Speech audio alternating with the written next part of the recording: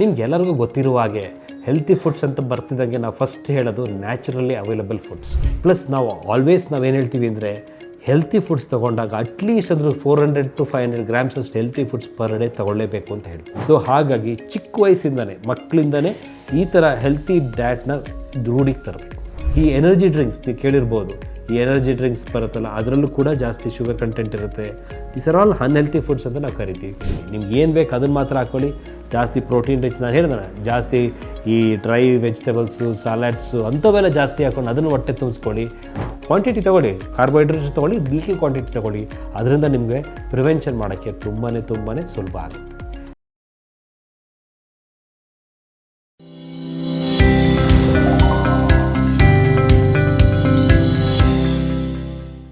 ನಮಸ್ಕಾರ, welcome to Sweet News about diabetes by doctor Suman. Diabetes ಮಾಹಿತಿ ಸಾಕಷ್ಟು ಕೊಟ್ಟಿದ್ದೀವಿ. ಈ ಸತಿ ಕೆಲವೊಂದು ಇಂಪಾರ್ಟೆಂಟ್ ಮಾಹಿತಿ ಬಗ್ಗೆ ಬಂದಿದ್ದೀವಿ. Healthy foods and unhealthy foods. ನೀವು ಬಂದಾಗೆಲ್ಲ ಪೇಷಂಟ್ಸು ಡಾಕ್ಟ್ರು ಹೇಳೋದಿಷ್ಟೇ, ಹೆಲ್ತಿ ಫುಡ್ಸ್ ತಿನ್ನಬೇಕಮ್ಮ, ಅನ್ಹೆಲ್ತಿ ಫುಡ್ಸ್ ತಿನ್ನಬಾರ್ದು ಅಂತಲೇ ಹೇಳ್ತಾರೆ. ನಿಮ್ಗೆ ಅನಿಸ್ಬೋದು ಯಾಕಪ್ಪ ಹೆಲ್ತಿ ಫುಡ್ಸ್ ಅಂತ ಇಷ್ಟೊಂದು ಕಾನ್ಸಂಟ್ರೇಟ್ ಮಾಡ್ತಾರೆ, ಅನ್ಹೆಲ್ತಿ ಫುಡ್ಸು ಬೇಡ ಅಂತ ಹೇಳ್ತಾರೆ, ಏನಾಗುತ್ತೆ ಅಂತ ನೀವು ಕೇಳ್ಬೋದು. ಅದಕ್ಕಿಂತ ಮುಂಚೆ ಯಾವ್ದು ಹೆಲ್ತಿ ಯಾವ್ದು ಅನ್ಹೆಲ್ತಿ ಅಂತ ತಿಳ್ಕೊಳ್ಳೋದು ಇಂಪಾರ್ಟೆಂಟ್ ಅಲ್ವಾ? ತಿಳ್ಕೊಂಡಿಲ್ಲ ಅಂದರೆ ನಿಮ್ಗೇನು ಅಂತ ಗೊತ್ತಾಗುತ್ತೆ, ಯಾವ್ದು ತಿನ್ಬೋದು ಯಾವ್ದು ತಿನ್ನಬಾರ್ದು ಅಂತ ಗೊತ್ತಾಗುತ್ತೆ. ಸೊ ಇವತ್ತಿನ ದಿವಸ ಸ್ವಲ್ಪ ಹೆಲ್ತಿ ಫುಡ್ಸ್ ಮತ್ತು ನಾನ್ ಹೆಲ್ತಿ ಫುಡ್ಸ್ ಬಗ್ಗೆ ಮಾತಾಡ್ತಾ ಹೋಗೋಣ. ನಿಮ್ಗೆಲ್ಲರಿಗೂ ಗೊತ್ತಿರುವ ಹಾಗೆ ಹೆಲ್ತಿ ಫುಡ್ಸ್ ಅಂತ ಬರ್ತಿದ್ದಂಗೆ ನಾವು ಫಸ್ಟ್ ಹೇಳೋದು naturally available foods. For example, it could be vegetables, it could be fruits. ಯಾಕೆ ಈ ವೆಜಿಟೇಬಲ್ಸ್ ಫ್ರೂಟ್ಸ್ನ ತುಂಬ ಇಂಪಾರ್ಟೆನ್ಸ್ ಕೊಡ್ತೀವಿ ಅಂದರೆ ಇದು ನ್ಯಾಚುರಲಾಗಿ ಬೆಳೆಯುತ್ತೆ. ನ್ಯಾಚುರಲಾಗಿ ಬೆಳೆಯೋದ್ರಿಂದ ಏನಾಗುತ್ತೆ ಅಂದರೆ ಅದರಲ್ಲಿ ಆರ್ಟಿಫಿಷಿಯಲ್ ಫ್ಲೇವರ್ಸ್ ಆಗಲಿ, ಅದರಲ್ಲಿ ಆರ್ಟಿಫಿಷಿಯಲ್ ಪ್ರಿವೆನ್ಷನ್ಗೋಸ್ಕರ ಈ ಉಪ್ಪು ಹಾಕೋದಾಗಲಿ ಅಂಥವೆಲ್ಲ ಏನೂ ಇರೋದಿಲ್ಲ. ಸೊ ಹಾಗಾಗಿ ಇವೆಲ್ಲ ತುಂಬಾ ಒಳ್ಳೆಯದು, ದೇಹಕ್ಕೆ ಒಳ್ಳೆಯದು. ಪ್ಲಸ್ ನಾವೇನು ಹೇಳ್ತೀವಿ ಅಂದರೆ ಹೆಲ್ತಿ ಫುಡ್ಸ್ ತೊಗೊಂಡಾಗ ಅಟ್ಲೀಸ್ಟ್ ಅದ್ರ 400 to 500 ಗ್ರಾಮ್ಸ್ ಅಷ್ಟು ಹೆಲ್ತಿ ಫುಡ್ಸ್ ಪರ್ ಡೇ ತೊಗೊಳ್ಳೇಬೇಕು ಅಂತ ಹೇಳಿ. ತೊಗೊಳ್ಳೋದ್ರಿಂದ ಏನಾಗುತ್ತೆ, ನಿಮ್ಮ ಹೊಟ್ಟೆನೂ ತುಂಬಿರುತ್ತೆ, ಪ್ಲಸ್ ನಿಮ್ಮ ಬಾಡಿ ಎನರ್ಜಿ ಲೆವೆಲು ಜಾಸ್ತಿ ಆಗುತ್ತೆ. ಈ ಹೆಲ್ತಿ ಫುಡ್ಸ್ ಅಂದರೆ ಈ ಫ್ರೂಟ್ಸ್, ವೆಜಿಟೇಬಲ್ಸ್ ಮತ್ತು ಫ್ರೂಟ್ಸಲ್ಲಿ ಏನಾಗುತ್ತೆ ಅಂದರೆ ಎನರ್ಜಿ, ವಿಟಮಿನ್ಸ್, ಕ್ಯಾಲರಿ ಕೌಂಟ್ಸ್ ಎಲ್ಲನೂ ಚೆನ್ನಾಗಿರುತ್ತೆ. ಅವೆಲ್ಲ ನಿಮಗೆ ಹೆಲ್ಪ್ ಮಾಡುತ್ತೆ. ಸೊ ಇಂಡೈರೆಕ್ಟಾಗಿ ನಿಮಗೆ ಹೆಲ್ತಿ ಫುಡ್ಸ್ ತಿನ್ನೋದ್ರಿಂದ ಬಾಡಿಗೆ ಎನರ್ಜಿ ಡಬಲ್ ಆಗ್ತಾ ಹೋಗುತ್ತೆ. ಸೊ ಹಾಗಾಗಿ ಹೆಲ್ತಿ ಫುಡ್ಸ್ ತೊಗೊಳೋದು ತುಂಬ ಇಂಪಾರ್ಟೆಂಟ್.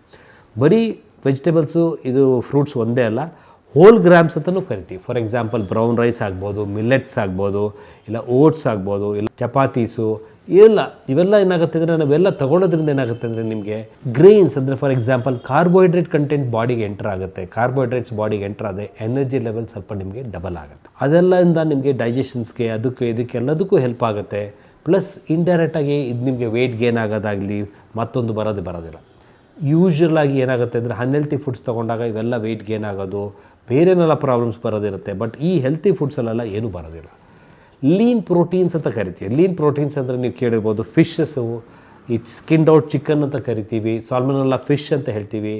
ಅಂಥವೆಲ್ಲ ತೊಗೊಳ್ಳೋದ್ರಿಂದ ಏನಾಗುತ್ತೆ ಅಂದರೆ ವೀಕ್ಲಿ ಒನ್ಸ್ ಆರ್ ಟ್ವೈಸ್ ತೊಗೊಳ್ಳೋದ್ರಿಂದ ಪ್ರೋಟೀನ್ ಕಂಟೆಂಟ್ ನಮ್ಮಲ್ಲಿ ಜಾಸ್ತಿ ಆದರೆ ಈ ಪ್ರೋಟೀನ್ ಏನು ಮಾಡುತ್ತೆ, ಬ್ಯಾಡ್ ಫ್ಯಾಟ್ಸ್ನೆಲ್ಲ ಬರ್ನ್ಔಟ್ ಮಾಡುತ್ತೆ. ಸೊ ಹಾಗಾಗಿ ಇಂಡೈರೆಕ್ಟಾಗಿ ತುಂಬಾ ಹೆಲ್ಪ್ ಆಗುತ್ತೆ. ಸಮ್ಟೈಮ್ಸ್ ಲೆಗ್ಯೂಮ್ಸ್ ಅಂತ ನಾವು ಕರಿತೀವಿ, ಟೋಫು ಅಂತ ಕರಿತೀವಿ, ಎಗ್ಸ್ ಅಂತ ಕರಿತೀವಿ. ಇವೆಲ್ಲ this are all healthy lean proteins. ಈ ಪ್ರೋಟೀನ್ಸ್ ನಮ್ಮ ಬಾಡಿಗೆ ಬೇಕು. ಈ ಪ್ರೋಟೀನ್ ಸರಿಯಾಗಿ ತೊಗೊಳ್ಳದೇ ಇದ್ರೂ ಕೂಡ ವೆಯ್ಟ್ ಗೇನ್ ಆಗುತ್ತೆ. ಎಷ್ಟೋ ಜನ ನಾವು ಹೇಳ್ತೀವಿ ಅಂದರೆ ಪ್ರೋಟೀನ್ಸಿಂದ ಫ್ಯಾಟ್ಸ್ ಎಲ್ಲ ಬರ್ನ್ ಆಗುತ್ತೆ ಅಂತಲೂ ಹೇಳ್ತೀವಿ. So proteins falls 30 to 40% of the diet. ಅದಕ್ಕೋಸ್ಕರ ಜಾಸ್ತಿ ಪ್ರೋಟೀನ್ಸ್ನ ಯೂಸ್ ಮಾಡಿ. ಪ್ರೋಟೀನ್ಸ್ ಯೂಸ್ ಮಾಡೋದ್ರಿಂದ ಕೂಡ ತುಂಬಾ ಹೆಲ್ಪ್ ಆಗುತ್ತೆ. ಪ್ಲಸ್ ಡೈರಿ ಪ್ರಾಡಕ್ಟ್ಸ್ ಅಂತ ಕರಿತೀವಿ. ಡೈರಿ ಪ್ರಾಡಕ್ಟ್ಸ್ ಅಂದರೆ ಫಾರ್ ಎಕ್ಸಾಂಪಲ್ ನೀವು ಕೇಳಿರ್ಬೋದು, ಹಾಲು, ಮಜ್ಜಿಗೆ, ಮೊಸರು, ಈ ಪನ್ನೀರು, ಪ್ಲಸ್ ಈ ಯೋಗಟ್ ಅಂತೀವಲ್ಲ, ಅವೆಲ್ಲ ಏನಾಗುತ್ತೆ ಅಂದರೆ these are all naturally available things.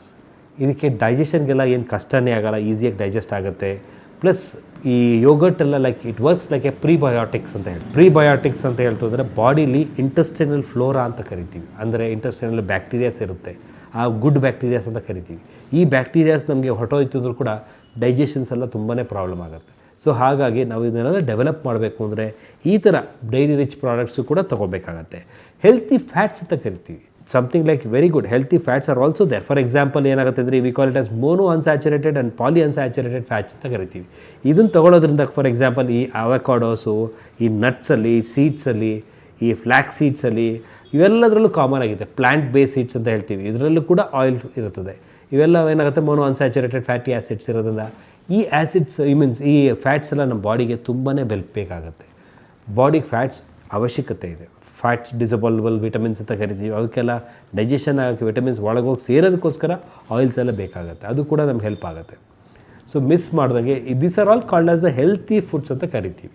ಈ ಹೆಲ್ತಿ ಫುಡ್ಸ್ ನೀವು ತೊಗೊಳ್ಳೋದ್ರಿಂದ ನಿಮಗೆ ವೇಟ್ ಬರೋದಾಗಲಿ ಅಥವಾ ಏನೋ ಕಮ್ಯುನಿಕಬಲ್ ಡಿಸೀಸ್, ನಾನ್ ಕಮ್ಯುನಿಕಬಲ್ ಡಿಸೀಸಸ್ ಅಂತ ಕರಿತೀವಿ, ಅಂದರೆ ವೇಟ್ ಜಾಸ್ತಿ ಆಗಿ ಬರೋಂಥ ಪ್ರಾಬ್ಲಮ್ಸು, BP ಪ್ರಾಬ್ಲಮ್ಸು, ಡಯಾಬಿಟೀಸು ಇವ್ಯಾವೂ ಬರಲ್ಲ.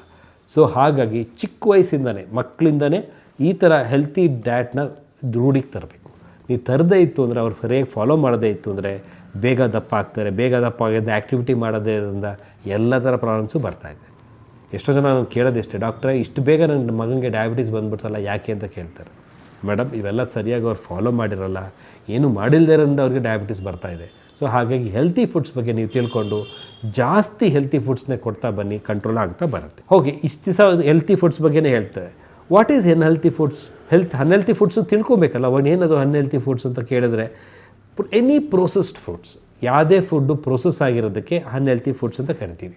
ಯಾಕೆ ಪ್ರೋಸೆಸ್ಡ್ ಫುಡ್ಸ್ ಅನ್ಹೆಲ್ತಿ ಅಂತ ಹೇಳ್ತಾ ಹೋಯಿತು ಅಂದರೆ, ಈ ಪ್ರೋಸೆಸ್ ಫುಡ್ಸಲ್ಲಿ ಏನಾಗುತ್ತೆ ಅಂದರೆ ಜಾಸ್ತಿ ಪ್ರಿಸರ್ವೇಟಿವ್ ಯೂಸ್ ಮಾಡ್ತಾರೆ, ಕೆಟ್ಟೋಗದಿರಲಿ ಅನ್ನೋದಕ್ಕೋಸ್ಕರ ಪ್ರಿಸರ್ವೇಟಿವ್ ಯೂಸ್ ಮಾಡ್ತಾರೆ. Plus for example sugar syrups ಇರುತ್ತೆ, ಜಾಸ್ತಿ ಕ್ಯಾಲರಿ ಕೌಂಟ್ಸ್ ಜಾಸ್ತಿ ಇರುತ್ತೆ, ಪ್ಲಸ್ ಪೇಸ್ಟ್ರೀಸು, ಈ ಬೇಕ್ರಿ ಪ್ರಾಡಕ್ಟ್ಸು, ಈ ಪಿಜ್ಜಾಸು, ಇವೆಲ್ಲ ಏನಾಗುತ್ತೆ ಅಂದರೆ this are all junk foods plus unhealthy foods can lead to complication. ಅಂದರೆ ನಮ್ಮ ಬಾಡಿಗೆ ತೊಂದರೆ ಕೊಟ್ಬಿಡುತ್ತೆ, ವೆಯ್ಟ್ ಗೇನ್ ಆಗುತ್ತೆ, ಅನ್ನೆಸರಿ ಫ್ಯಾಟ್ ಕಂಟೆಂಟ್ ಜಾಸ್ತಿ ಆಗುತ್ತೆ, ಈ ಫ್ಯಾಟಿ ಲಿವರ್ ಆಗೋಕ್ಕೆ ಚಾನ್ಸಸ್ ಇಂಥ ಫುಡ್ಡಿಂದಲೇ ಜಾಸ್ತಿ ಆಗಿಬಿಡುತ್ತೆ. ಅದನ್ನು ಆದಷ್ಟು ಅವಾಯ್ಡ್ ಮಾಡಬೇಕು. ಇನ್ನು ಕೆಲವರು ಹೇಳ್ತಾರೆ ಶುಗರ್ ಫ್ರೀ ಫುಡ್ ಅಂತ ಹೇಳ್ತೀವಿ, ಶುಗರ್ ರಿಚ್ ಡಯಟ್ ಅಂತ. ಫಾರ್ ಎಕ್ಸಾಂಪಲ್ ಈ ಜ್ಯೂಸಸ್ ಇರುತ್ತೆ, ಈ ಕೇನ್ಡ್ ಜ್ಯೂಸಸ್ ಅಂತ ಹೇಳ್ತೀವಿ. ಫ್ರೆಶ್ ಫ್ರೂಟ್ ಜ್ಯೂಸಸ್ಸಲ್ಲಿ ಅಷ್ಟೊಂದು ಇರೋಲ್ಲ, ಕೇನ್ ಜ್ಯೂಸಸ್ ಮಾಡಿರ್ತಾರೆ, ಅದರಲ್ಲೂ ಕೂಡ ಫ್ಯಾಟ್ ಕಂಟೆಂಟ್ ಜಾಸ್ತಿ ಇರುತ್ತೆ, ಅದರಲ್ಲಿ ಜಾಸ್ತಿ ಶುಗರ್ ಸಿರಪ್ಸ್ ಹಾಕ್ಬಿಟ್ಟಿರ್ತಾರೆ. ಈ ಎನರ್ಜಿ ಡ್ರಿಂಕ್ಸ್ ನೀವು ಕೇಳಿರ್ಬೋದು, ಈ ಎನರ್ಜಿ ಡ್ರಿಂಕ್ಸ್ ಬರುತ್ತಲ್ಲ ಅದರಲ್ಲೂ ಕೂಡ ಜಾಸ್ತಿ ಶುಗರ್ ಕಂಟೆಂಟ್ ಇರುತ್ತೆ. These are all unhealthy foods ಅಂತ ನಾವು ಕರಿತೀವಿ. ಈ ಕುಕೀಸು ಅದರಲ್ಲೂ ಕೂಡ ಎಫೆಕ್ಟ್ ಆಗುತ್ತೆ. ಫ್ಲೇವರ್ಡ್ ಮಿಲ್ಕ್ ಅಂತ ನೀವು ಕೇಳಿರ್ಬೋದು, ಫ್ಲೇವರ್ಡ್ ಮಿಲ್ಕ್, ಈ ವೆನಿಲಾ ಫ್ಲೇವರು, ಚಾಕ್ಲೇಟ್ ಫ್ಲೇವರ್ಸು ಹಾಕ್ಬಿಟ್ಟು ಮಿಲ್ಕ್ ಮಾಡಿರ್ತಾರೆ, ಅದರಲ್ಲೂ ಕೂಡ ಪ್ರಿಸರ್ವೇಟಿವ್ ಆ್ಯಡ್ ಮಾಡಿರ್ತಾರೆ. ಈ preservated anything is always not good for body ಅಂತ ಕರಿತೀವಿ. ಪ್ಲಸ್ ನಾವು ಯೂಶ್ವಲಾಗಿ ಅವಾಗಲೇ ಹೇಳಿದೆ lean meat is very good ಅಂತ ಹೇಳ್ತೆ, ಬಟ್ ಎಷ್ಟೋ ಜನ ಪ್ರೋಸೆಸ್ಡ್ ಮೀಟು ತಿನ್ನೋಕ್ಕೆ ಸ್ಟಾರ್ಟ್ ಮಾಡ್ತಾರೆ. ಫಾರ್ ಎಕ್ಸಾಂಪಲ್ ಈ ಬೇಕನ್ಸ್ ಅಂತ ಕರಿತೀವಿ, ಅದರಲ್ಲೆಲ್ಲ ಏನಾಗುತ್ತೆ ಅಂದರೆ ಕೆಟ್ಟೋಗದಿರಲಿ ಅಂತ ಹೇಳ್ಬಿಟ್ಟು ಅದಕ್ಕೆಲ್ಲ ಇದನ್ನೆಲ್ಲ ಪ್ರಿಸರ್ವೇಟೆಡ್ ಎಲ್ಲ ಹಾಕಿರ್ತಾರೆ, ಅದು ಕೂಡ ನಮಗೆ ಎಫೆಕ್ಟ್ ಆಗ್ತಾ ಹೋಗುತ್ತೆ. ಆದಷ್ಟು ಅದನ್ನು ಕಮ್ಮಿ ಮಾಡಬೇಕು. ಈ ಸಾಲ್ಮನೆಲ್ಲಾ ಫಿಶಸ್ಸು ಅಂಥವೆಲ್ಲ, ಈ ಸ್ಲೈಸಸ್ಸು, ಹ್ಯಾಮು, ಈ ಪೋರ್ಕು ಅಂಥವೆಲ್ಲ ಸ್ವಲ್ಪ ಕಟ್ ಮಾಡ್ತಾ ಹೋಯ್ತು ಅಂದರೆ ಅದು ನಿಮಗೆ ಅನ್ಹೆಲ್ತಿ ಅಂತ ಹೇಳ್ತೀವಿ, ಅದನ್ನು ಡೆಫಿನೆಟಾಗಿ ಹೇಳ್ತಾ ಹೋಗುತ್ತೆ. ಫಾಸ್ಟ್ ಫುಡ್ಸ್ ಆ್ಯಂಡ್ ಈಸಿಯಾಗಿ ಸಿಗೋಂಥ ಫುಡ್ಸು, ಈ ಡೀಪ್ ಫ್ರೈಡ್ ಮಾಡಿರ್ತಾರೆ ಅಂಥವೆಲ್ಲ ಏನಾಗುತ್ತೆ, it contains more of N oil, unsaturated fatty oils ಅಂತ ಕರಿತೀವಿ, ಅವೆಲ್ಲ ಜಾಸ್ತಿ ಇರ್ತದೆ, ಅದು ನಿಮಗೆ ಎಫೆಕ್ಟ್ ಆಗ್ತಾ ಹೋಗುತ್ತೆ. ಅದನ್ನು ಆದಷ್ಟು ಅವಾಯ್ಡ್ ಮಾಡ್ತಾ ಬರಬೇಕು ಅಂತ ನಾವು ಹೇಳ್ತೀವಿ. ಪ್ಲಸ್ ಯಾವಾಗಲೂ ಒಕೇಶ್ನಲಿ ನಾವು ಹೋಟ್ಲಲ್ಲಿ ಹೋಗಿ ತಿನ್ನೋದು okay, but on A regular basis ತಿನ್ನಬಾರ್ದು. ಏಕೆಂದರೆ ಹೋಟ್ಲಲ್ಲಿ ಜಾಸ್ತಿ ಪ್ರಿಸರ್ವೇಟಿವ್ ಯೂಸ್ ಮಾಡ್ತಾರೆ ಆ್ಯಂಡ್ ಅಡಲ್ಟ್ರೇಷನ್ಸ್ ಜಾಸ್ತಿ ಇರುತ್ತೆ. ಐದರ್ ಬೀಟ್ ತುಪ್ಪನೇ ಯೂಸ್ ಮಾಡಲಿ, ಬೇರೆನೇ ಯೂಸ್ ಮಾಡಲಿ, ಅಡಲ್ಟ್ರೇಷನ್ ಜಾಸ್ತಿ ಇರೋದ್ರಿಂದ ಆದಷ್ಟು ಕಮ್ಮಿ ಮಾಡಿ. ಮಕ್ಕಳಿಗೆ ತುಂಬ ಇಷ್ಟ ಈ French fries are also very unhealthy diets ಅಂತ ಕರಿತೀವಿ. ಈ ಅನ್ಹೆಲ್ತಿ ಡಯಟ್ಸ್ನ ಆದಷ್ಟು ಕಮ್ಮಿ ಮಾಡೋಕ್ಕೆ ಟ್ರೈ ಮಾಡಿ. ಪ್ಲಸ್ ಈ ರಿಫೈನ್ಡ್ ಫ್ಲೋರ್ಸ್ ಅಂತ ಕರಿತೀವಿ, ಈ ಮೈದಾ ಐಟಮ್ಸು, ಈ ಬೇಕ್ರಿ ಪ್ರಾಡಕ್ಟ್ಸು ಅಂಥವೂ ಕಟ್ ಮಾಡಬೇಕು. ಯಾಕೆ ಅಂದರೆ ಇವೆಲ್ಲ ಬೇಗ ಈಸಿಯಾಗಿ ಡೈಜೆಸ್ಟ್ ಆಗಿಬಿಡುತ್ತೆ, ಶುಗರಾಗಿ ಕನ್ವರ್ಟ್ ಆಗಿಬಿಡುತ್ತೆ. ಸೊ ಅದು ನಮ್ಮ ಬಾಡಿಗೆ ಒಂದೊಂದೇ ಎಫೆಕ್ಟ್ ಆಗ್ತಾ ಬರುತ್ತೆ, ವೆಯ್ಟ್ ಗೇನ್ ಆಗೋದು, ಮಿಕ್ಕಿದೆಲ್ಲ ಬರ್ತಾ ಹೋಗುತ್ತೆ. ಸೊ ಅದನ್ನೆಲ್ಲ ನೀವು ಕಟ್ ಮಾಡಿದಷ್ಟು ನಿಮಗೆ ಒಳ್ಳೆಯದು ಅಂತ ನಾವು ಹೇಳ್ತೀವಿ. So this is all about healthy and unhealthy foods. ನಾನು ಎರಡೂ ತೂಕ ಮಾಡ್ತಾ ಬಂದಾಗ ಹೆಲ್ತಿ ಫುಡ್ಸಲ್ಲಿ ನೋಡ್ತಾ ಹೋಯ್ತು ಅಂದರೆ ಹೈ ವಿಟಮಿನ್ಸ್ ಇರುತ್ತೆ, ಬಟ್ ಅನ್ಹೆಲ್ತಿ ಫುಡ್ಸಲ್ಲಿ ಎಂಟಿ ಕ್ಯಾಲರೀಸ್ ಅಂದರೆ ಕ್ಯಾಲರೀಸ್ ಬರುತ್ತೆ, ವೆಯ್ಟ್ ಜಾಸ್ತಿ ಆಗೋ ಚಾನ್ಸಸ್ ಜಾಸ್ತಿ ಇರುತ್ತೆ. ಬಟ್ ಈ ಹೆಲ್ತಿ ಡಯಟಲ್ಲಿ more of a vitamin rich diet ಇರ್ತದೆ. ಪ್ಲಸ್ ಇದರಲ್ಲಿ ಮಿನಿಮಮ್ ಪ್ರೋಟೀನ್ಸ್ ಇರ್ತದೆ, ಬಟ್ ಇದರಲ್ಲಿ ಮ್ಯಾಕ್ಸಿಮಮ್ ಹೈ ಪ್ರೋಟೀನ್ಸ್ ಇರುತ್ತೆ, ಬಯಾಲಜಿಕಲ್ ವ್ಯಾಲ್ಯೂ ಪ್ರೋಟೀನ್ಸು. ಅದು ವೆಯ್ಟ್ ಗೇನ್ ಮಾಡೋದು, ಫ್ಯಾಟ್ ಗೇನ್ ಆಗೋದು, ಇವೆಲ್ಲ ಕಾಮನಾಗಿ ಬಂದ್ಬಿಡುತ್ತೆ. ಇದರಲ್ಲಿ ಮೋರ್ ಆಫ್ ಎ ಹೆಲ್ತಿ ಡಯಟಲ್ಲಿ more of a unsaturated fat ಇರ್ತದೆ, where it dish contains various rich high fat, ಈಸಿಯಾಗಿ ವೆಯ್ಟ್ ಪುಟ್ ಆನ್ ಆಗೋಕ್ಕೆ ಚಾನ್ಸಸ್ ಜಾಸ್ತಿ ಇರುತ್ತೆ. ಪ್ಲಸ್ ಮೋರ್ ಓವರ್ ನಾವೇನು ಹೇಳ್ತೀವಿ ಅಂದರೆ ಈ ಹೆಲ್ತಿ ಫುಡ್ಸಲ್ಲಿ ಎನರ್ಜಿ ಇಲ್ಡಿಂಗ್ ಚೆನ್ನಾಗಿರುತ್ತೆ, ಎನರ್ಜಿ ಚೆನ್ನಾಗಿ ಬರುತ್ತೆ, ಒಟ್ಟು ಸಸ್ಟೈನ್ ಆಗುತ್ತೆ. ಅನ್ಹೆಲ್ತಿ ಫುಡ್ಡಲ್ಲಿ ಇನಿಷಿಯಲ್ ಆಗಿ ಫಾಸ್ಟಾಗಿ ಎನರ್ಜಿ ಬರುತ್ತೆ, ಬಟ್ ಅದು over a period of time sustain ಆಗಲ್ಲ, ಡ್ರಾಪ್ ಆಗಿಬಿಡುತ್ತೆ. ಸೊ ಅದಕ್ಕೋಸ್ಕರ it's very important. Always I told you, always try and use that which are healthy diets. ಅದನ್ನು ಯೂಸ್ ಮಾಡಿ ಮಕ್ಳಿಗೆ ತಿನ್ನೋಕ್ಕೆ ಸ್ಟಾರ್ಟ್ ಮಾಡ್ಕೊಳ್ಳಿ. ಸೊ ಹಾಗಾಗಿ ಇವನ್ನೆಲ್ಲ ಮಾಡೋದ್ರಿಂದ ನಿಮ್ಮ ಪ್ರಿವೆನ್ಷನ್ ಆಫ್ ಡಯಾಬಿಟೀಸ್ ಆಗಲಿ, ಪ್ರಿವೆನ್ಷನ್ ಆಫ್ ಹೈಪರ್ ಟೆನ್ಷನ್ ಆಗಲಿ, ಅಥವಾ ಪ್ರಿವೆನ್ಷನ್ ಆಫ್ ಒಬೆಸಿಟಿಗಾಗಲಿ ಈಸಿಯಾಗಿ ಮಾಡಿಬಿಡ್ಬೋದು. ಸೊ ಡಯಾಬಿಟಿಕ್ ಪೇಷಂಟ್ಸ್ ಒಬ್ಬನೇ ಅಲ್ಲ, ಎಲ್ಲ ನಾರ್ಮಲ್ ಪೇಷಂಟ್ಸು ಕೂಡ ಹೆಲ್ತಿ ಡಯಟ್ ಯಾವುದು, ಅನ್ಹೆಲ್ತಿ ಡಯಟ್ ಯಾವುದು ತಿಳ್ಕೊಬೇಕು. ಎಸ್ಪೆಷಲಿ ನಾವು ಈ ಮದುವೆ ಮನೆಗೆ ಹೋದಾಗ, ಈ ಬಫೆಗೆ ಹೋದಾಗ ವೈಟ್ ಸ್ಪ್ರೆಡ್ ಇಟ್ಟಿರ್ತಾರೆ. ಅದನ್ನು ನೋಡ್ತಿದ್ದಂಗೆ ನಾವೆಲ್ಲರೂ ಟೆಂಪ್ಟ್ ಆಗ್ಬಿಟ್ಟು ಎಲ್ಲನೂ ಹಾಕೋಕ್ಕೆ ಸ್ಟಾರ್ಟ್ ಮಾಡ್ಕೊಂಡ್ಬಿಡ್ತೀವಿ. ದಯವಿಟ್ಟು ಆ ಥರ ಮಾಡೋಕ್ಕೆ ಹೋಗ್ಬೇಡಿ. ಯಾವಾಗಲೂ ಒಕೇಶನ್ಲಿ once in a while okay, but generally ಹೇಳಬೇಕು ಅನ್ನೋಂಗಿತ್ತು ಅಂದರೆ ಕಟ್ ಮಾಡಿ. ನಿಮ್ಗೆ ಏನು ಬೇಕು ಅದನ್ನು ಮಾತ್ರ ಹಾಕ್ಕೊಳ್ಳಿ. ಜಾಸ್ತಿ ಪ್ರೋಟೀನ್ ರಿಚ್, ನಾನು ಹೇಳಿದೆ ಜಾಸ್ತಿ ಈ ಡ್ರೈ ವೆಜಿಟೇಬಲ್ಸು, ಸಲಾಡ್ಸು ಅಂಥವೆಲ್ಲ ಜಾಸ್ತಿ ಹಾಕ್ಕೊಂಡು ಅದನ್ನು ಹೊಟ್ಟೆ ತುಂಬಿಸ್ಕೊಳ್ಳಿ. ಕ್ವಾಂಟಿಟಿ ತೊಗೊಳ್ಳಿ, ಕಾರ್ಬೋಹೈಡ್ರೇಟ್ಸ್ ತೊಗೊಳ್ಳಿ, ಲಿಟಲ್ ಕ್ವಾಂಟಿಟಿ ತೊಗೊಳ್ಳಿ. ಅದರಿಂದ ನಿಮಗೆ ಪ್ರಿವೆನ್ಷನ್ ಮಾಡೋಕ್ಕೆ ತುಂಬಾ ಸುಲಭ ಆಗುತ್ತೆ. ನಂಗೆ ಹಿಂಗೆ ಹೇಳ್ತಾ 2 ಮಾತು ಮುಗಿಸ್ತಾ ಇದ್ದೀನಿ.